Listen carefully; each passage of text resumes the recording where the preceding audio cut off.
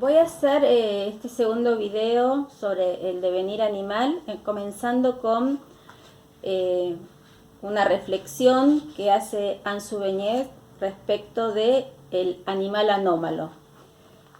En realidad, en relación con algo que había quedado pendiente y que estamos retomando, que es la nueva configuración o el concepto de subjetividad que va a elaborar Deleuze. Dice: Deleuze afirma las continuidades,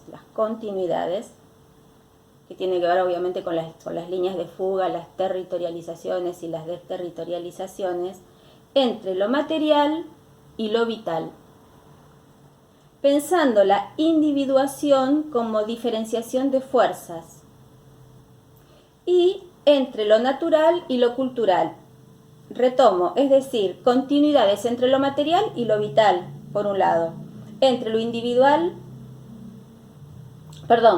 entre lo cultural y lo natural, Esta es quizás una de las deconstrucciones más interesantes,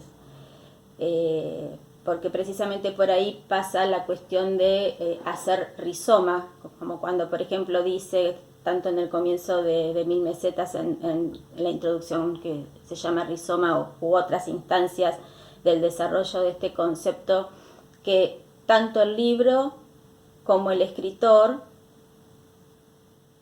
devienen y hacen rizoma con el mundo, es decir,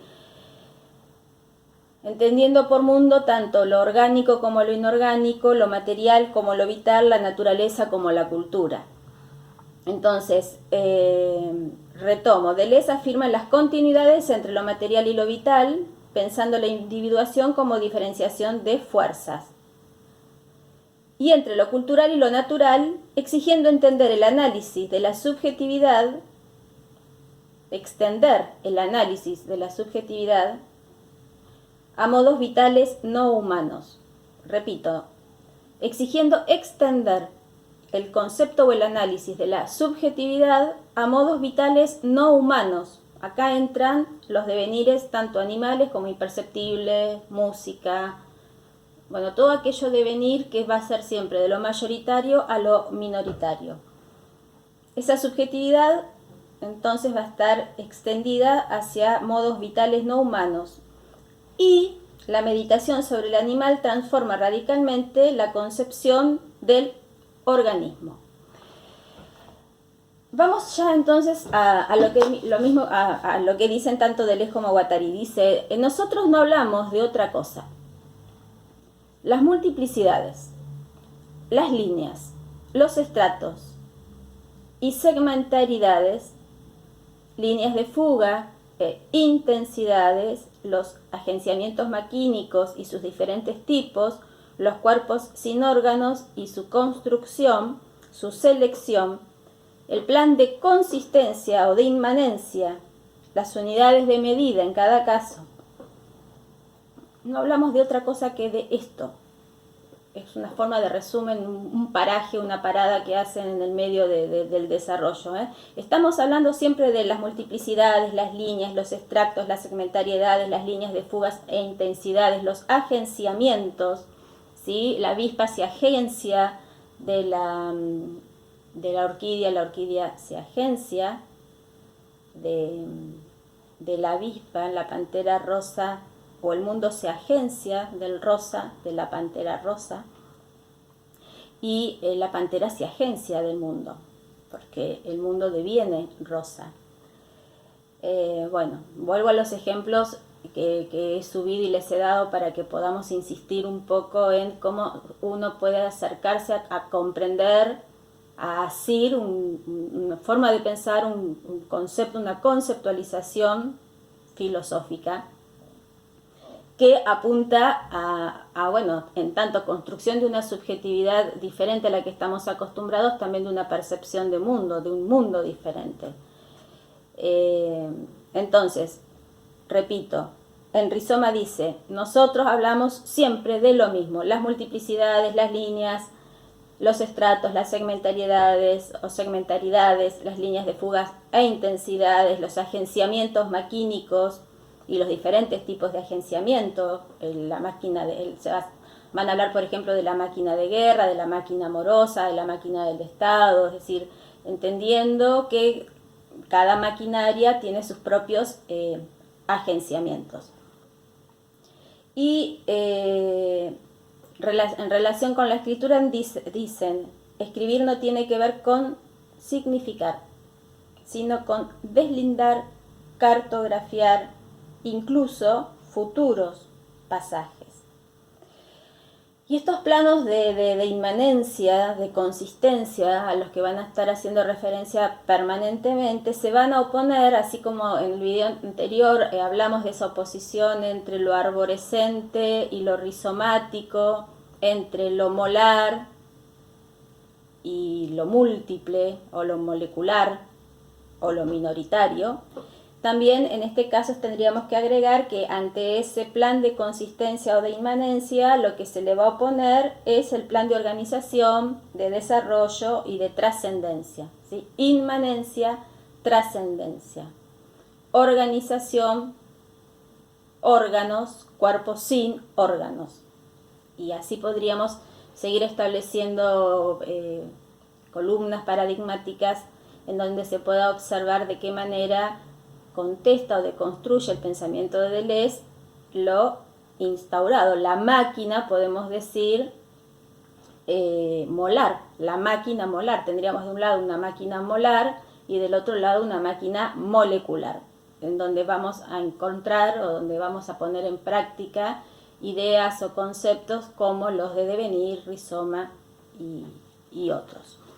En el capítulo de 1000 mesetas al que vamos a hacer referencia, devenir intenso, animal, imperceptible, música, ritornelo, etc. Este capítulo, es más que un artículo, este capítulo está dividido en entradas que llevan títulos. El primero de ellos es Recuerdos de un espectador. En Recuerdos de un espectador, Deleuze hace referencia a esta película Willard de 1972 que tienen compartida en el aula virtual. Hago un resumen muy breve. La película trata de lo siguiente: es un joven que vive en una mansión, en una relación bastante oscura y edípica con su madre, una madre muy desagradable, muy mandona y muy propietaria de la voluntad y de la vida de su hijo, y en determinado momento la madre lo manda a matar unas ratas que andan dando vueltas por el jardín. El personaje va con toda la intención de matarlas hasta que en un momento se arrepiente y decide salvar a una. Y a partir de ahí, las ratas se van sumando hasta que en cierta manera él lo que tiene es una especie de dominio, podríamos llamar así como existe el señor de las moscas. Willard sería el señor de las ratas. Las va acostumbrando, les habla y ella les entiende, o lo entiende, les va dando órdenes y las va amaestrando. Por otra parte, él tiene una relación en la oficina que es una relación de subordinación y de maltrato por parte de un jefe que también representaría una suerte de animalidad, ¿no? Así como Deleuze dice que la madre termina pareciéndose a un perro, que hay en la figura materna un devenir perro, no habla del devenir del jefe, pero hay también algo de un devenir animal, este tipo de animal. No se me ocurre en este momento con cuál relacionarlo.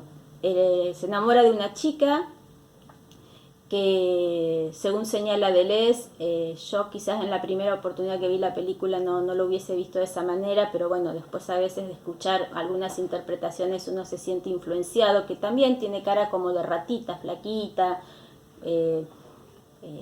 como la naricita y la boca así hacia adelante, más una lauchita diría yo que una rata, ¿no? Hay una diferencia entre las lauchas y las ratas, pero bueno, tiene algo de animalesco también este personaje por el que él se siente atraído, y diría yo, ella se siente aún más atraída hacia él. Bueno, la cuestión es que, para hacerla corta, ¿no? Que esas ratas pasan a ser en manada el arma con la que él va a empezar a vengarse en diferentes instancias de su jefe, bueno, de su propia madre, de todo aquello que le hace daño. Pero ¿qué es lo que sucede? Hay una rata que va a ser la rata elegida, es la que va a tener nombre, Ben, se llama Ben. Hay una pareja, la rata negra y la rata blanca. La rata negra se llama Ben, la rata blanca sería, bueno, su pareja, por un motivo que tiene que ver con una distracción o bueno, la culpa de Vilar, matan a esta rata blanca. Entonces Ben, la rata Ben, va a cambiar de actitud y en vez de obedecer a los mandos del personaje, lo que va a establecer es una relación de venganza, etcétera. La película está subida. Lo que señala Deleuze es el carácter anormal que tiene esta rata, Ben, entendiendo por anormal aquel jefe de manada que sin ser ni individuo ni especie va a tener el carácter de el único, el solitario, el demonio. El devenir y la multiplicidad siempre es del orden de lo demoníaco, van a decir Deleuze-Guattari. Por eso se lo denomina el demonio. Nada que ver con connotaciones relacionadas al bien o al mal, lo dejamos de lado, sino lo demoníaco en tanto multiplicidad. Recordemos, Dios dice, yo soy el que soy, y el demonio dice, yo soy legión. El infierno está vacío de demonios, los demonios andan justamente pululando para funcionar o ejercer el rol de jefe de manadas y generar esta multiplicidad, no una reproducción, esta multiplicidad de lo demoníaco, ¿sí? Mientras que en el orden arborescente, en aquel orden estatal, en el orden de lo que entendemos por cultura, la reproducción corresponde al espacio de lo filial, de lo natural, de lo que se entiende por natural, macho, hembra e hijitos. La reproducción dentro del espacio del devenir va a tener que ver con el carácter de lo antinatural, del interreinos, del contagio y ya no de la filiación, ¿sí? Por lo tanto es un rizoma entre heterogéneos. El rizoma siempre es entre heterogéneos, ¿no? Y en ese espacio de entre y de borde va a circular con velocidad, como decía al final de rizoma, este carácter del devenir, este carácter de la multiplicidad. Entonces, entender en recuerdos de un espectador la importancia que tiene esta película para hablar del devenir rata por parte de Vilar. Vilar termina siendo un personaje que ya piensa como las ratas, se comunica como las ratas, está cada vez más alejado de los humanos. Y más allá del final, que bueno, las ratas lo atacan hasta destruirlo, bueno, en ese devenir imperceptible también entra dentro de esa cadena que habíamos mencionado en el video anterior, que el carácter del rizoma es el nexo conector y multiplicador porque no hay una territorialización absoluta o definitiva de Vilar como rata, sino que hay un devenir imperceptible. El final de la película es que esas ratas que habían sido sus aliadas, no lo van a reconocer como jefe de manada a Vilar, sino a Ben. Y Ben le da la orden de destruirlo hasta este devenir imperceptible en el que es arrastrado el personaje. Como bien dice en un momento de este artículo de Deleuze, el devenir imperceptible es el carácter último, intensivo de todos los devenires. Dice, las brujas en sus escobas, ¿hacia dónde se conducen? Moby Dick, cuando arrastra al capitán Ahab y lo envuelve en su propio cuerpo y se hunde en el mar, ¿hacia dónde lo conduce? Ese es hacia dónde, es hacia el devenir imperceptible, el carácter de lo imperceptible. Bien, en la entrada, esto que estoy diciendo es en la entrada número 1, que no tiene número, pero bueno, es la primera, recuerdos de un espectador.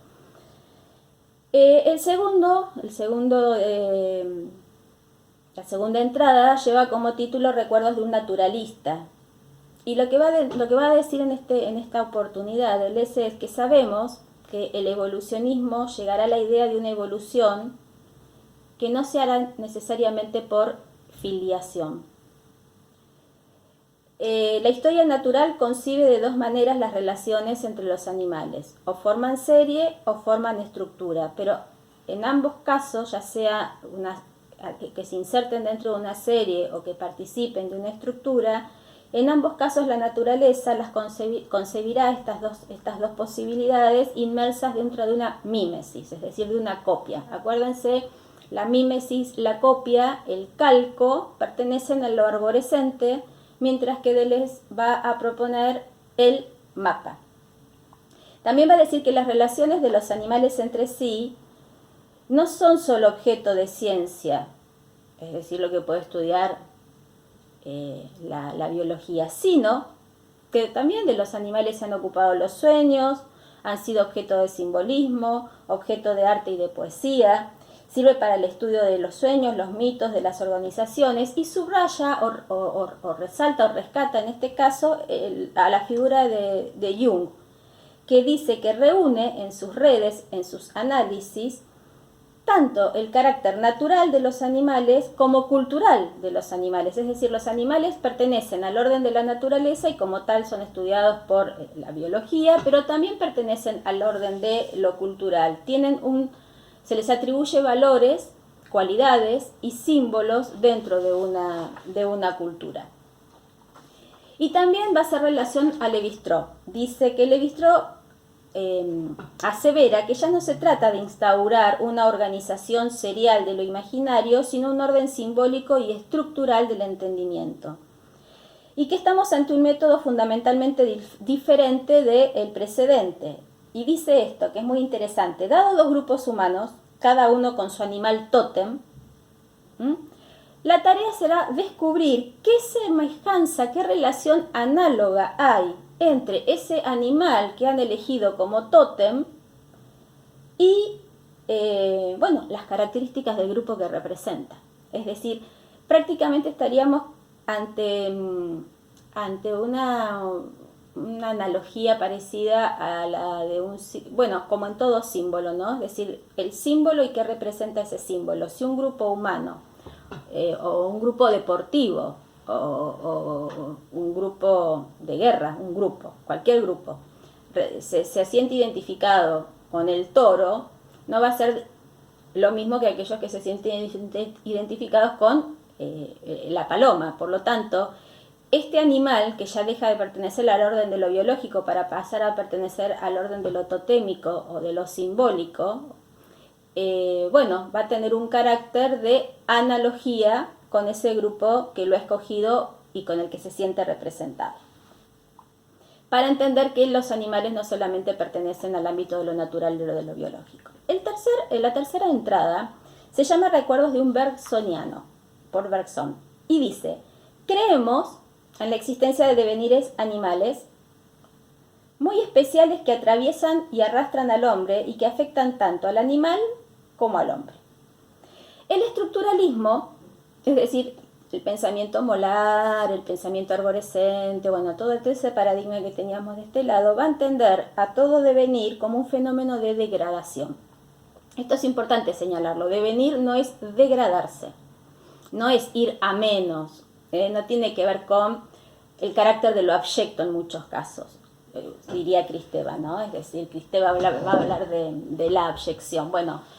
Quizás muchas veces nosotros utilizamos la palabra devenir no solamente en un sentido de cambio, porque de hecho hay un cambio, hay una metamorfosis, hay un proceso pero ese proceso no es degradante o degradatorio, no pertenece al espacio de la degradación, es de otro orden. Y van a insertar a la figura del brujo dentro de los desvenires. En esto es bastante parecida a la acepción que tienen los románticos respecto de la función del brujo. Dice que devenir, en la idea bergsoniana de una coexistencia de duraciones muy diferentes, superiores o inferiores a la nuestra y todas entre ellas comunicantes. Hay un bloque de devenir, un bloque de devenir que atrapa a la avispa y a la orquídea. Y devenir avispa de la orquídea y devenir orquídea de la avispa no debe confundirse, acá va a explicar mucho mejor lo que ya habían planteado en Rizoma, en el comienzo, no debe confundirse con una involución o con una regresión. No es toda estructura o todo pensamiento estructural, arborescente y organicista va a establecer, por supuesto, relaciones jerárquicas, y dentro del pensamiento jerárquico va a existir la idea de involución, de regresión o como habíamos dicho antes, de degradación. Esa terminología quedaría, esa conceptualización quedaría fuera de este orden del devenir, y bueno, el devenir va a ser o va a pertenecer al orden de lo creativo, ni evolución ni involución, ni regresión ni falta de progreso, por decirlo de alguna manera. No tiene que ver con ningún tipo de estas, digamos, definiciones que se catalogarían o nos harían pensar en estructuras donde aparece, bueno, jerarquizada cualquier intensidad o cualquier diferencia. El devenir es un rizoma, por lo tanto es una desjerarquización. En Recuerdos de un brujo, uno va a hablar y van a decir que en un devenir animal siempre se está ante una manada, una banda, una población, es decir, una multiplicidad. Bien, pensemos en las ratas, por eso subí la película de las ratas. También vamos a trabajar con un cuento, Axolotl, y con otro cuento, Satarsa. En ambos cuentos de Cortázar vamos a ver manadas. Hay una manada de ratas en Satarsa, y el jefe de manada se va a llamar Satarsa. Mientras que en Axolotl hay una manada de Axolotl, en este caso el jefe de manada no va a tener nombre, pero sí va a tener identificación, es decir, una comunicación que se establece a través de los ojos a partir de una selección que va a ser el protagonista hombre, que va a devenir Axolotl. Entonces, estamos ante esa multiplicidad que representa la manada. Y ya habíamos dicho que los caracteres animales pueden ser míticos o científicos, pero a nosotros, dirán Deleuze-Guattari, no nos interesa, no estamos interesados por esos caracteres. Lo que nos interesa, van a decir Deleuze-Guattari, son los modos de expansión, de propagación, de ocupación, de contagio y de poblamiento que tienen estas manadas animales. La forma de propagación, volvemos a repetir, tiene que ver con la legión, con lo demoníaco, con la multiplicidad. Yo soy legión. Belcebú, es el diablo, pero el diablo como el señor de las moscas, es lo que habíamos dicho recién, no como representante de mal, sino como aquel que va a representar como jefe de manada a la manada.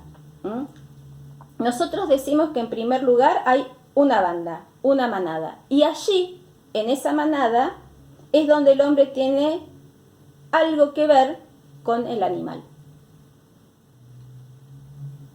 Nosotros no devenimos animales, sino por una fascinación por la manada. Es la multiplicidad de la manada lo que nos fascina, van a decir Deleuze-Guattari. Es esa, bueno, repito, las mismas palabras, esa multiplicidad de la manada lo que nos fascina. Y en ese devenir manada lo que hay es, bueno, una identificación, una atracción por aquel que va a ser el jefe de manada.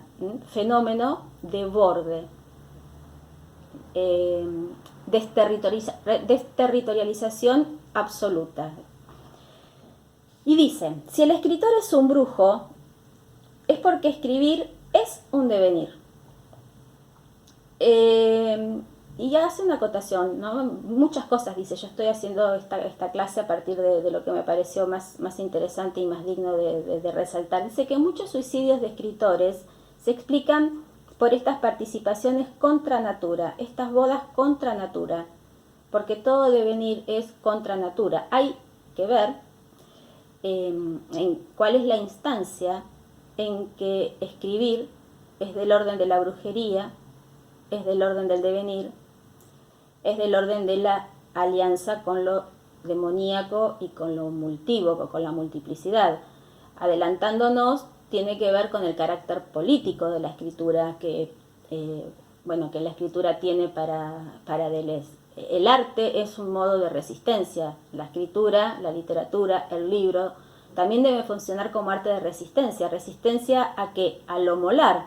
Entonces, la tarea del arte, la función del arte y de la subjetividad que se expresa en el arte y en la escritura, está inserta dentro del orden del devenir porque se trata de arremeter en contra de esa máquina que es la máquina molar.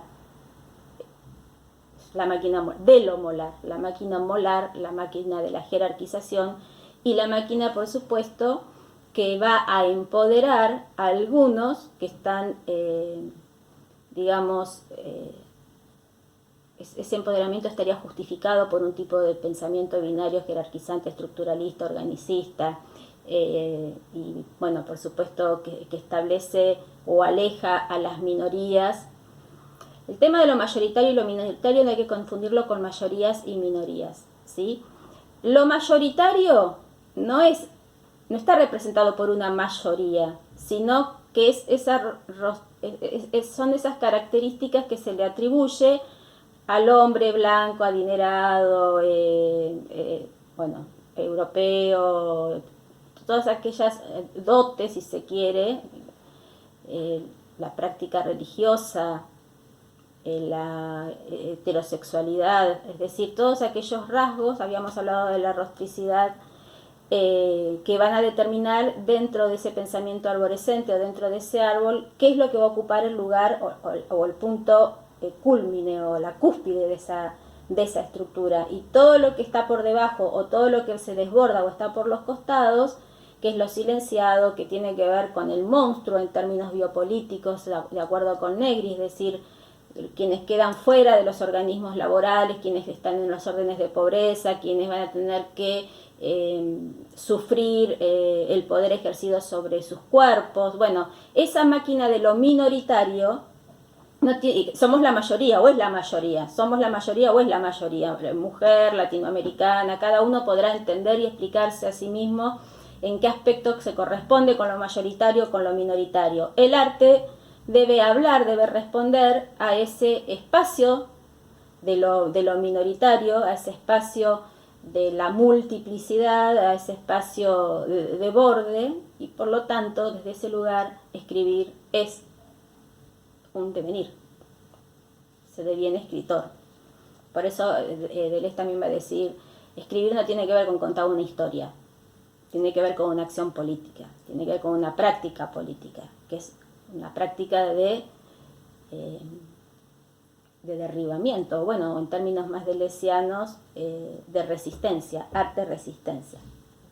Bueno, va a hablar también del afecto o de la efectuación, que es una potencia de manada que desencadena y hace vacilar al yo. Por lo tanto, ese yo individuo se va a sentir afectado, esto se lo llama efectuación, ante ese efecto, vuelvo a repetir la palabra, pero no se me ocurre otra, de la manada. Entonces, continúa, ¿no?, con el pensamiento. Dice, nosotros oponemos la epidemia a la filiación, el contagio a la herencia, el poblamiento por contagio a la reproducción sexuada. Las bandas humanas y animales, bandas humanas y bandas animales, proliferan con los contagios, las epidemias, los campos de batalla y las catástrofes. Tanta película, bueno, ahora que estamos en el medio de esta epidemia, no voy a hablar de la epidemia en sí, ¿no? Pero podríamos pensar cuántas veces hemos dicho que lo que estamos atravesando nos hace recordar a tanta película futurista o tanta historia distópica. Si pensamos en esas historias distópicas, en tantísimas que hemos visto, las catástrofes, ya sea el apocalipsis, el fin del mundo, la falta de alimento, lo que sea, hace reorganizar a los grupos humanos ya en manadas. Y las relaciones no son filiales o parentales, es decir, no es el clan familiar, sino que responde más al carácter animal de reunirse por características de semejanza que tienen que ver con el contagio y no con la filiación. Tiene que ver más con el poblamiento y no con la herencia. Tiene mucho más que ver con, establecer un orden rizomático y no una reproducción sexuada. La avispa y la orquídea no tienen una reproducción sexuada, tienen una reproducción justamente por contagio, por agenciamiento. Esas multiplicidades de términos heterogéneos, dice, y de cofuncionamiento, fijémonos la orquídea cómo cofunciona con la avispa, cofuncionamiento por contagio, entran en ciertos agenciamientos y ahí es donde el hombre realiza sus devenires animales. Hay diferencia de naturaleza. El origen de las manadas es completamente distinto que el origen de las familias y los estados, y no cesan de minarlos. Minarlos. O yo resistir utiliza la palabra, es sinónimo, es decir, minar esos estados mayoritarios. La arborescencia familiar, de perturbarlos desde afuera. Dice, la máquina de guerra siempre es exterior al Estado, incluso cuando el Estado la utiliza y se apropia de ella. El hombre de guerra tiene todo un devenir que implica multiplicidad, celeridad, ubicuidad, metamorfosis y traición. Y vamos a pasar a Recuerdos de un brujo 2. Como yo pienso que esto se está por cortar, antes de que se corte y se sienta interrumpido, voy a hacer un video número 3.